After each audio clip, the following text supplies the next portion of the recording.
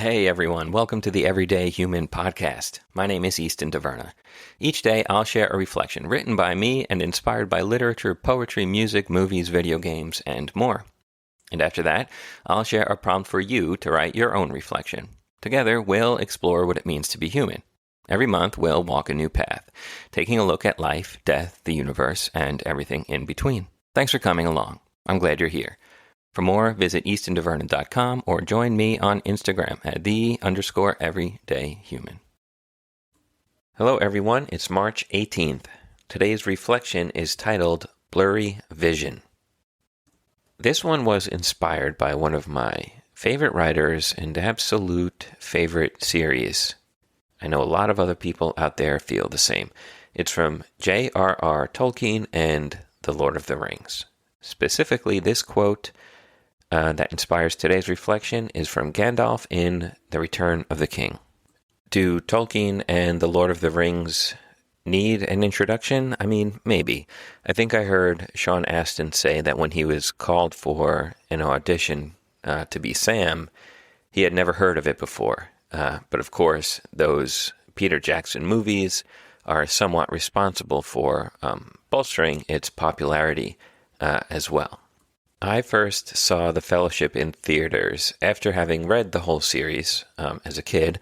I think I was in 9th grade, and I remember seeing it 9 times. A few times with friends, most of the rest by myself. And I guess there's something about that number 9, huh? 9th grade, 9 viewings, 9 members of the Fellowship to oppose the 9 ringwraiths. Interesting. Anyhow, I really love this series. I did then, I still do. When I was a kid, it helped get me through some, tough times as a teenager, parents splitting up, navigating high school, all that kinds of stuff. I recently got a beautiful illustrated edition of Lord of the Rings and The Hobbit from my wife for Christmas, and these are with Tolkien's illustrations, and I swear, we don't talk enough about how much of an amazing artist he was as well. So Tolkien was an English writer and philologist, and he's credited with creating the modern fantasy genre. He was born in 1892 and died at the age of 81 in 1973. He had a very interesting life. He was actually born in South Africa. He went to England at a young age, and by the time he was 12, he lost both of his parents. He was a brilliant linguist. He studied at Oxford, and he served in World War I, and that influenced some of his writing, obviously, with his exploring some of the darker themes or some of the bleakness that the characters face in some of his books. And despite that, at the same time, they are still filled with so much hope. There's so much to say about him and The Lord of the Rings or The Hobbit. I do have a few more quotes from these books in the coming months, so maybe we'll explore a bit more as we go. But for now, let's get to the quote and reflection. And the quote from Gandalf goes like this: "I will not say, do not weep, for not all tears are an evil." And here is my reflection. You have lost the one most dear to you, or you will lose the one most dear to you. One day even, you will be lost to the one who holds you most dear, perhaps. When you see it happen or hear the news, your mind will freeze in shock. And sometime after that, moments, minutes, hours, or even days later, your body will hear it too. Your muscles will tense, your lips will quiver, your head will ache, and your heart will feel as though it's been stabbed. The dagger twisting in deeper for good measure. Tears will well at the corners of your eyes, and your vision will blur. The world will be a foreign place. The kitchen or living room or interior of your car will be unrecognizable. Another realm. Some will say wrongfully, "Do not cry. It is a weakness."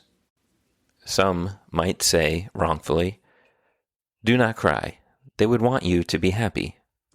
You may feel that if you cry, you are acquiescing to the reality of death's demands, and the tears will be painted evil and caged within, and they will fester and rot and eat away at your body and soul from the inside out.